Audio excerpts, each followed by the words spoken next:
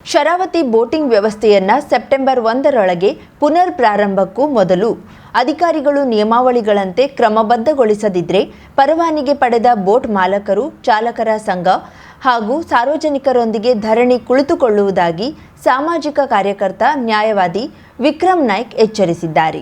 ಹೊನ್ನವರ ಪಟ್ಟಣದ ನಾಮಧಾರಿ ಸಭಾಭವನದಲ್ಲಿ ಶರಾವತಿ ಬೋಟಿಂಗ್ ಮಾಲಕರ ಹಾಗೂ ಚಾಲಕರ ಸಂಘದ ವತಿಯಿಂದ ನಡೆದ ಸುದ್ದಿಗೋಷ್ಠಿಯಲ್ಲಿ ಮಾತನಾಡಿದ ಅವರು, ಶರಾವತಿ ಪ್ರವಾಸೋದ್ಯಮಕ್ಕೆ 110 ಬೋಟ್ಗಳಿಗೆ ಪರವಾನಗಿ ನೀಡಲಾಗಿದೆ. ಪ್ರತಿಯೊಂದು ಪರವಾನಗಿಯಿಂದಲೂ 20,000ದಂತೆ ಶುಲ್ಕ ತುಂಬಿಸಿಕೊಂಡಿದ್ದಾರೆ. ಆದರೆ 150ಕ್ಕೂ ಹೆಚ್ಚು ಅನಧಿಕೃತ ಬೋಟ್ಗಳನ್ನ ಬಂದ್ ಮಾಡಿಸಬೇಕು. ಅವರಿಗೆ ಪರವಾನಗಿ ಬೇಕಾದರೂ ಮಾಡಿಕೊಡಬಹುದು. ಅನಾಹುತವಾದರೆ ಪ್ರವಾಸಿಗರಿಗೂ ತೊಂದರೆಯಾಗಲಿದೆ. ಜಿಲ್ಲಾಡಳಿತ ರೂಪಿಸಿದ ನಿಯಮಾವಳಿಯಂತೆ ಕೌಂಟರ್ ತೆರೆದು ಟೋಕನ್ ಪದ್ಧತಿ ಮಾಡಬೇಕು. ದರ ನಿಗದಿಪಡಿಸಬೇಕು. ಸಿಸಿ ಕ್ಯಾಮೆರಾ ಅಳವಡಿಸಬೇಕು. ಕಾನೂನುಬದ್ಧವಾದ ವ್ಯವಸ್ಥೆ ಮಾಡಬೇಕೆಂದು ಆಗ್ರಹಿಸಿದ್ರು. ಹೇರಳವಾಗಿ ಪ್ರವಾಸಿಗರು ಬರ್ತಾರೆ. ಶೌಚಾಲಯದ ವ್ಯವಸ್ಥೆ ಇಲ್ಲ. ವ್ಯವಸ್ಥೆ ಮಾಡದಿದ್ರೆ ಪಟ್ಟಣ ಪಂಚಾಯತ್ ಎದುರು ಸಾರ್ವಜನಿಕರೊಂದಿಗೆ ಧರಣಿ ನಡೆಸಲಾಗುವುದು ಎಂದರು. ಜಿಲ್ಲಾಡಳಿತ ನಿಗದಿಪಡಿಸಿದಂತೆ ಪ್ರವಾಸಿಗರಿಗೆ 1 ಗಂಟೆಗೆ 1,500, 2 ಗಂಟೆಗೆ 2,500 ತೆಗೆದುಕೊಳ್ಳಬೇಕು. ಆದ್ರೆ ಇಲ್ಲಿ ಕೆಲವರು ಇದಕ್ಕೂ ಹೆಚ್ಚು ವಸೂಲಿ ಮಾಡ್ತಾರೆ. ಪ್ರವಾಸೋದ್ಯಮ ಇಲಾಖೆ ಮೌನ ವಹಿಸಿದೆ ಎಂದು ಆರೋಪಿಸಿದರು.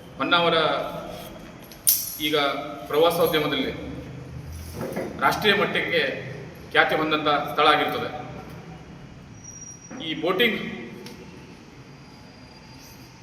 ಶರಾವತಿ ನದಿ ದಂಡೆಯ ಬೋಟಿಂಗ್ ವ್ಯವಹಾರದಲ್ಲಿ ಸರ್ಕಾರ ಪ್ರವಾಸೋದ್ಯಮ ಇಲಾಖೆಯಿಂದ 110 ಬೋಟ್ನವರಿಗೆ ಅನುಮತಿ ನೀಡಿದೆ.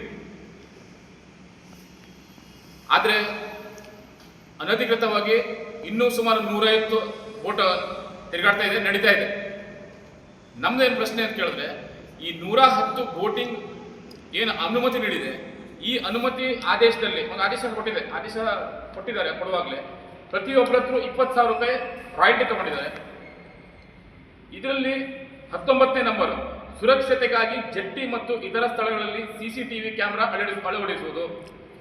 20 ಜಿಲ್ಲಾ ಸಮಿತಿಯ ವತಿಯಿಂದ ಕೌಂಟರ್ ಅನ್ನು ಅಳವಡಿಸಿ ಕ್ಯೂ ಸಿಸ್ಟಮ್ನಲ್ಲಿ ಬುಕಿಂಗ್ ಮಾಡುತ್ತಿದ್ದು ಯಾವುದೇ ತಕರಾರು ಎತ್ತುವಂತಿಲ್ಲ. ಇದು ನಮ್ಗೆ ಬೇಕಾದದ್ದು. ಜಿಲ್ಲಾಡಳಿತ ಷರತ್ತು ಹಾಕಿದೆ. ಇಲ್ಲಿ ಷರತ್ತು ನೀವು ಮಾಡಿದ್ದೇವೆ ಅಂತ ಕೊಟ್ಟಿದ್ದಾರೆ. ಆದರೆ ಇಲ್ಲಿ ಎಲ್ಲೂ ಕ್ಯೂ ಸಿಸ್ಟಮ್ ಇಲ್ಲ.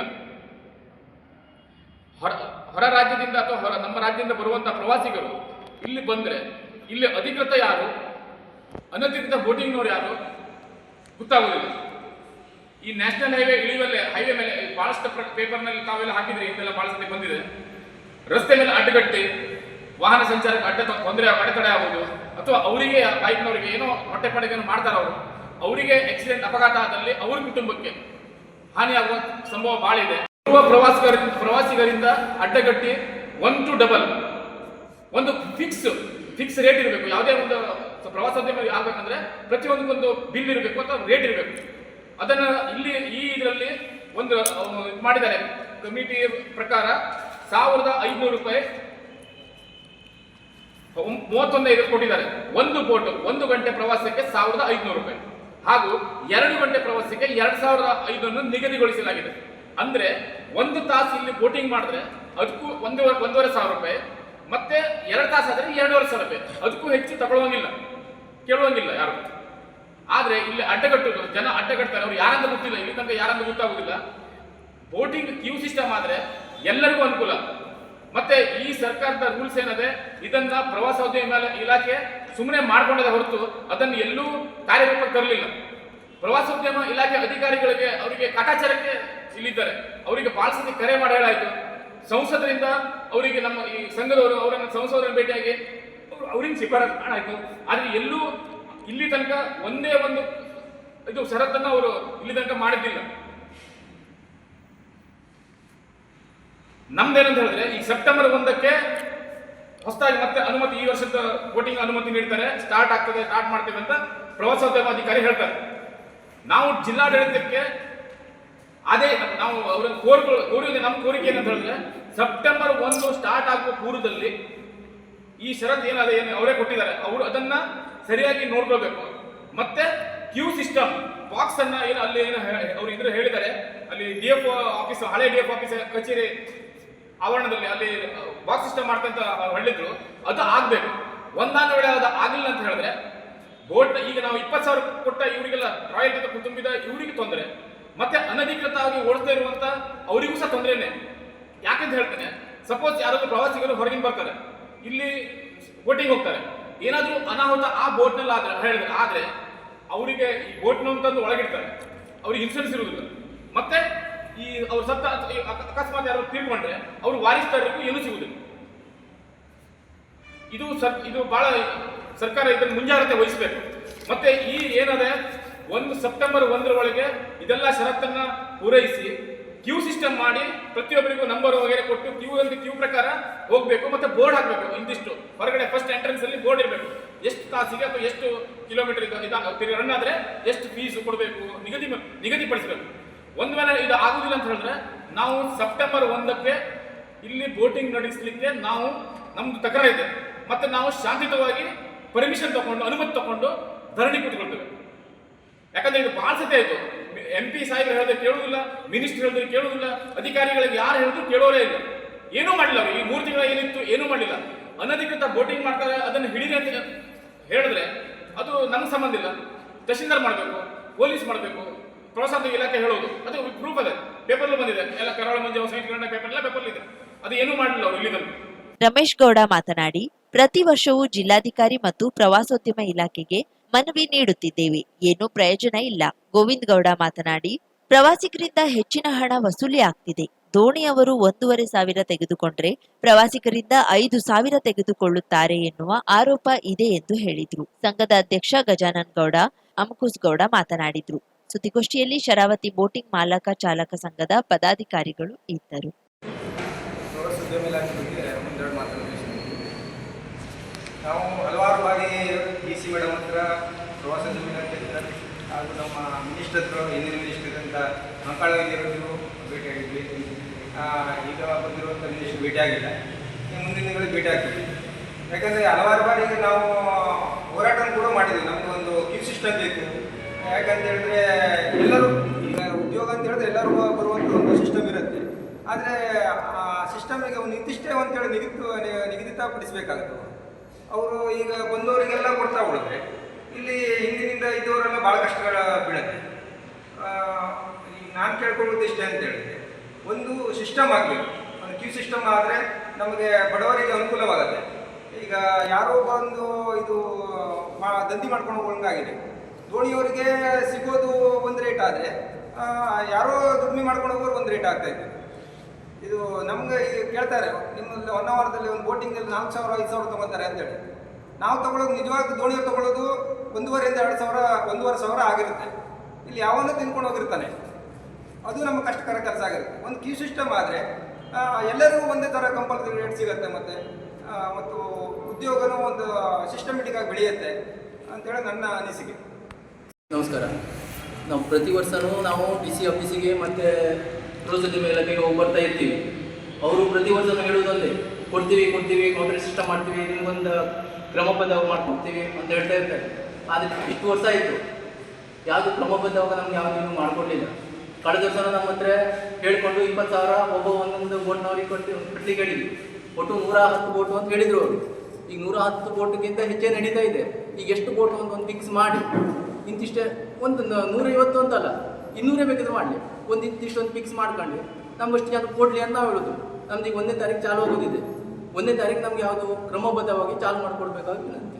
ಹೊನ್ನವರ ತಾಲೂಕಿನ ಮಂಕಿ ಸರ್ಕಾರಿ ಆಸ್ಪತ್ರೆ ಕಾಂಪೌಂಡ್ನಲ್ಲಿ ಪಟ್ಟಣ ಪಂಚಾಯತ್ದವರು ನಿರ್ಮಿಸಿದ್ದ ಶೌಚಾಲಯವನ್ನ ಬಳಕೆ ಮಾಡದೆ ಹಾಳುಗೆಡವಿದ್ದಾರೆ ಎಂದು ಸ್ಥಳೀಯರು ಆರೋಪ ಮಾಡಿದ್ದು, ಅದನ್ನ ಬಳಕೆಗೆ ಅವಕಾಶ ಮಾಡಿಕೊಡಬೇಕೆಂದು ಆಗ್ರಹಿಸಿದ್ದಾರೆ. ಸಾರ್ವಜನಿಕರ ಉಪಯೋಗಕ್ಕೆ ಎಂದು ಲಕ್ಷಾಂತರ ರೂಪಾಯಿ ಖರ್ಚು ಮಾಡಿ ಶೌಚಾಲಯ ಕಟ್ಟಿ 4 ವರ್ಷ ಕಳೆದಿದೆ. 4 ವರ್ಷ ಕಳೆದರೂ ಬಳಕೆಗೆ ಕೊಡದೆ ಹಾಗೆ ಬಿಟ್ಟಿದ್ದಾರೆ. ಸರ್ಕಾರದ ಹಣ ದುರುಪಯೋಗ ಮಾಡಿದ ಹಾಗೆ ಆಗಿದೆ ಎಂದು ಆರೋಪ ಮಾಡಿದ್ದಾರೆ.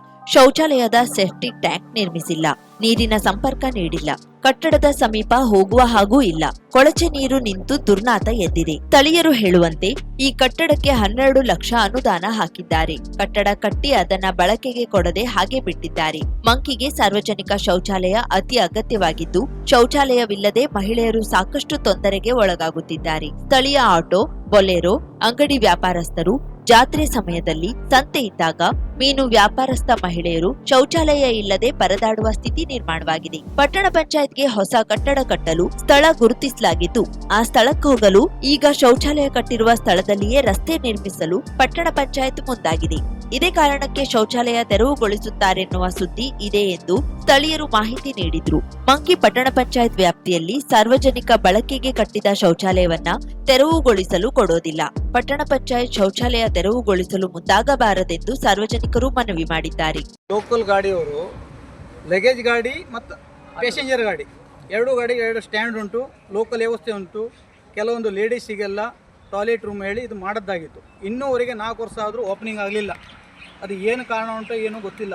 ಇದೇನೋ ತುರ್ತು ಮಟ್ಟಿಗೆ ನಮಗೇನೋ ನ್ಯೂಸ್ ಸಿಕ್ತು, ಇದು ಡೆಮೊಲೇಷನ್ ಮಾಡ್ತಾನೆ ಹೇಳಿ. ಆದರೆ ಈ ಡೆಮೊಲೇಷನ್ ಮಾಡಲಿಕ್ಕೆ ಕಾರಣ ಏನು? ಇದಕ್ಕೆ ಅನುದಾನ ಹಾಕೋದು ಎಲ್ಲಿಂದ? ಡೆಮೊಲೇಷನ್ ಆದರೆ ಓಪನಿಂಗ್ ಇನ್ನೂ ಆಗಲಿಲ್ಲ. ಡೆಮೊಲೇಷನ್ ಆದರೆ ಈ ಅನುದಾನದ ದುಡ್ಡು ಯಾರು ಕೊಡ್ತಾರೆ? ಇದು ನಮ್ಮದು ಮೇನ್ ಪ್ರಶ್ನೆ ಇದು. ನಮಗಂತೂ ಶೌಚಾಲಯ ಬೇಕೇ ಬೇಕು. ಕೆಲವೊಂದು ಬಸ್ಸಿಂದ ಬರ್ತಾರೆ, ನೈಟಿಗೆ ಹಗಲಿಗೆಲ್ಲ ಬರ್ತಾರೆ ಲೇಡೀಸು, ಅವರಿಗೆಲ್ಲ ಪಾಪ ಮರ್ಯಾದೆಯಿಂದಾದರೂ ನಮ್ಮ ಕೈಲಿ ಬೆಟ್ಟಷ್ಟೇ ತೋರಿಸ್ತಾರೆ. ನಾವು ಏನಾದ್ರು ಮಾಡಿ ಚೂರು ಮರೆಯಲ್ಲಿ ಅಕ್ಕ ಇಲ್ಲ ತಂಗಿ ಮೇಡಮ್ ಇಲ್ಲಿ ಹೋಗಿ ನಾವು ತೋರಿಸ್ತಾ ಇದ್ರೆ ಇನ್ನೂವರೆಗೆ ಇದು ಓಪನಿಂಗ್ ಆಗಲಿಲ್ಲ. ಏನು ಕಾರಣ ಉಂಟು ಏನಂತೂ ನಮಗಂತೂ ಗೊತ್ತಿಲ್ಲ. ಆದಷ್ಟು ಬೇಗ ಇದು ಓಪನಿಂಗ್ ಆಗಲೇಬೇಕು. ನಮ್ಗೆ ಅವಶ್ಯಕತೆ ಉಂಟು, ಇದು ಬೇಕು. ಕಡಿಮೆ ಅಂದ್ರೆ ಒಂದು ನಮ್ಮ ಕೈಲಿ ಟೋಟಲಿ ಅಂದ್ರೆ ಒಂದು 200 ಗಾಡಿಯವರು ಇದ್ದಾರೆ. ನಾವು ಪ್ಯಾಸೆಂಜರ್ ಆಟೋ ವಿತ್ ಲಗೇಜ್ ಗಾಡಿ. ಮಂಕಿ ಪಟ್ಟಣ ಪಂಚಾಯತ್ ವತಿಯಿಂದ ಒಂದು 4 ವರ್ಷದ ಹಿಂದೆ ಇದು ಒಂದು ಶೌಚಾಲಯ ಕಟ್ಟಾಗಿತ್ತು. ಇದಕ್ಕೆ ವಾಟರ್ ಟ್ಯಾಂಕ್ ಮಾಡಲಿಲ್ಲ ಅವರು. ಒಳಗೆ ವ್ಯವಸ್ಥೆ ಏನು ಮಾಡಿದ್ದಾರೆ ಹೇಳಿ ಗೊತ್ತಿಲ್ಲ. ಆದರೆ ಈವರೆಗೂ ಇದಕ್ಕೆ ಓಪನಿಂಗ್ ಹೇಳೋದೊಂದು ಭಾಗ್ಯ ಇನ್ನೂ ಬರಲಿಲ್ಲ. ಯಾತಕ್ಕಾಗಿ ಆ ರೀತಿ ಇಟ್ಟಿದ್ದಾರೆ ಅಂತ ಗೊತ್ತಿಲ್ಲ. ಈಗ ಪಂಚಾಯತಿಗೆ ನಾವು ಟೆಂಪೋ ಡ್ರೈವರು ಯೂನಿಯನ್ ಅವರೆಲ್ಲ ಸೇರಿಕೊಂಡು ಈಗ ಪಂಚಾಯತಿಗೆ ಹೋಗಿದ್ವಿ.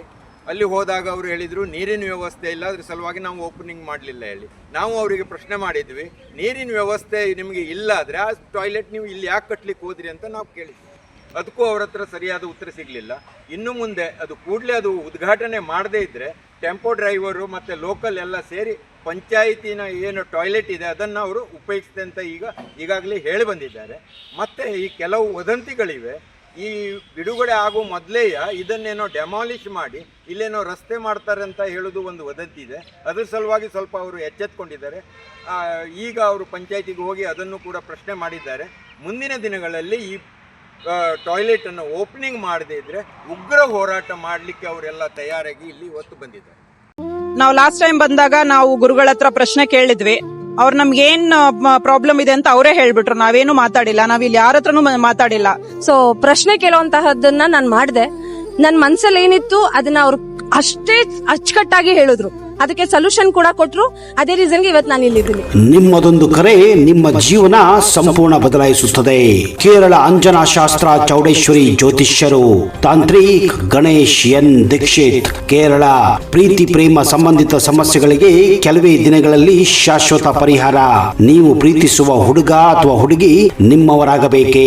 ಮನ ಇಚ್ಛಾ ವಶೀಕರಣ, ಗಂಡ ಹೆಂಡತಿ ದಾಂಪತ್ಯ ವಶೀಕರಣ, ಗಂಡನ ಪರಸ್ತ್ರೀ ವ್ಯಾಮೋಹ ಬಿಡಿಸಲು, ಪ್ರೀತಿಯಲ್ಲಿ ಬಿದ್ದು ಮಕ್ಕಳು ಮಾತು ಕೇಳದಿದ್ದರೆ, ಶತ್ರುಗಳು ಮೆತ್ತಗಾಗಿ ಮೂಲೆ ಸೇರಲು, ನಿಮ್ಮ ಮೇಲೆ ಮಾಟ ಮಂತ್ರ ಪ್ರಯೋಗವಾಗಿದ್ದರೆ ಚಿಂತಿಸಬೇಡಿ.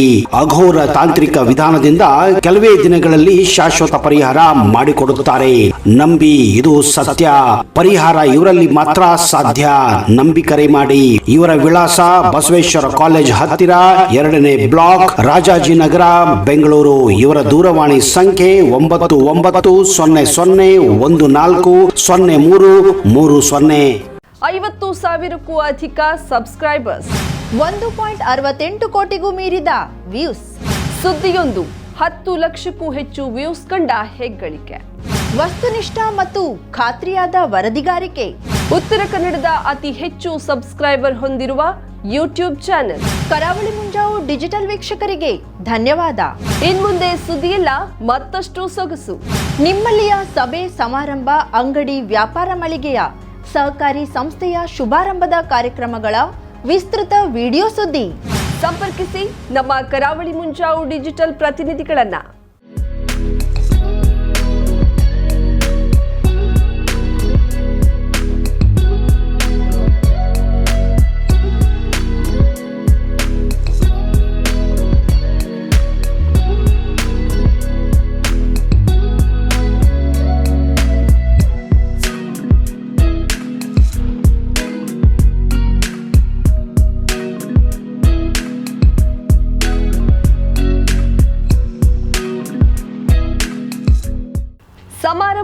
ನಿಮ್ಮದು, ಸಂಭ್ರಮ ನಮ್ಮದು. ನೋಡ್ತಾ ಇರಿ ಕರಾವಳಿ ಮುಂಜಾವು ಡಿಜಿಟಲ್.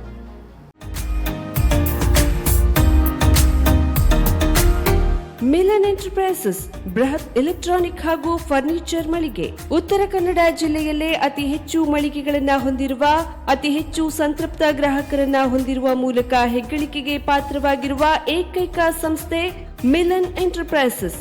ನಮ್ಮ ಮಳಿಗೆಗಳಲ್ಲಿ ಪ್ರಸಿದ್ಧ ಕಂಪನಿಗಳ electronic refrigerator, washing machine, LED TV, ಎಸಿಗಳು ಲಭ್ಯ.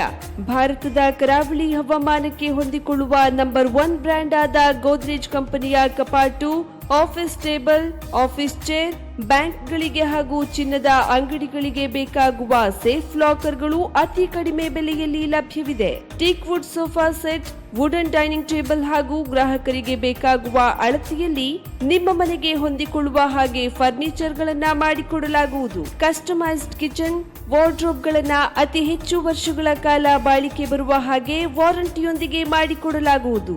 ನಮ್ಮಲ್ಲಿ ಡ್ಯೂರಾಫ್ಲೆಕ್ಸ್, ಗೋದ್ರೇಜ್ ಕಂಪನಿಯ memory foam mattress, orthopedic mattress, spring ಮ್ಯಾಟ್ರೆಸ್ಗಳು ಕಡಿಮೆ ಬೆಲೆಯಲ್ಲಿ ಲಭ್ಯ. ವಿವಿಧ ಕಂಪನಿಗಳ ನವೀನ ಮಾದರಿಯ ಮಿಕ್ಸರ್, ಗ್ರೈಂಡರ್, ಫ್ಯಾನ್, ಕುಕ್ಕರ್, ತವಾ, ಫ್ಲಾಸ್ಕ್, ಮೈಕ್ರೋ ಓವೆನ್ಗಳು ಲಭ್ಯವಿದೆ. 0% ಬಡ್ಡಿಯೊಂದಿಗೆ ಸ್ಥಳದಲ್ಲಿಯೇ ಬಜಾಜ್ ಫೈನಾನ್ಸ್ ನಿಂದ ಸಾಲ ಸೌಲಭ್ಯವಿದೆ. ಮಿಲನ್ ಎಂಟರ್ಪ್ರೈಸಸ್ ನಲ್ಲಿ ಖರೀದಿ ಮಾಡುವ ಗ್ರಾಹಕರಿಗೆ ಡಿಸ್ಕೌಂಟ್ ಮತ್ತು ಗಿಫ್ಟ್ ಜೊತೆಗೆ ಪ್ರತಿ 2,000 ರೂಪಾಯಿಗಳ ಖರೀದಿಗೆ ಒಂದು ಬಂಪರ್ ಲಕ್ಕಿ ಡ್ರಾ ಕೂಪನ್ ನೀಡಲಾಗುವುದು. ಈ ಲಕ್ಕಿ ಡ್ರಾನಲ್ಲಿ 7 ಲಕ್ಷದವರೆಗೆ ಬಹುಮಾನ ಗೆಲ್ಲುವ ಅವಕಾಶ ನಿಮ್ಮದಾಗಿರುತ್ತದೆ. ಲಕ್ಕಿ ಡ್ರಾದಲ್ಲಿ 1 ಕಾರ್, 2 ಬೈಕ್ ಮತ್ತು ರೆಫ್ರಿಜರೇಟರ್, ವಾಷಿಂಗ್ ಮಷೀನ್ ಸೇರಿದಂತೆ 30 ಲಕ್ಕಿ ಗ್ರಾಹಕರಿಗೆ ಬಹುಮಾನ ಗೆಲ್ಲುವ ಅವಕಾಶ. ಗ್ರಾಹಕರ ಸಂತೃಪ್ತಿಗೆ ನಮ್ಮ ಮೊದಲ ಆದ್ಯತೆ ಎನ್ನುವುದು ಮಿಲನ್ ಎಂಟರ್ಪ್ರೈಸಸ್ ನ ವಾಕ್ಯ. ಉತ್ತರ ಕನ್ನಡ ಜಿಲ್ಲೆಯ ನಮ್ಮ ಶೋರೂಮ್ಗಳಾದ old Mahalakshmi super market, Mulla stop ಹತ್ತಿರ, ಕಾಜುಬಾಗ್, ಕಾರವಾರ, ಅಗ್ರಿಕಲ್ಚರ್ ಆಫೀಸ್ ಎದುರುಗಡೆ, ಮಾಸ್ತಿಕಟ್ಟೆ ರೋಡ್, ಹೊನ್ನಾವರ, ಸೀಮಾ ಕಾಂಪ್ಲೆಕ್ಸ್ ಹತ್ತಿರ, Moni Basti main road, Bhatkal, Indian bank ಎದುರು, CP Bazar road, Sirsi, JS building, JN road, Dandeli, KS building, Motikeri road, Haliyal. ಇಲ್ಲಿಗೆ ತಪ್ಪದೇ ಭೇಟಿ ನೀಡಿ ಸಂತೃಪ್ತರಾಗಿ.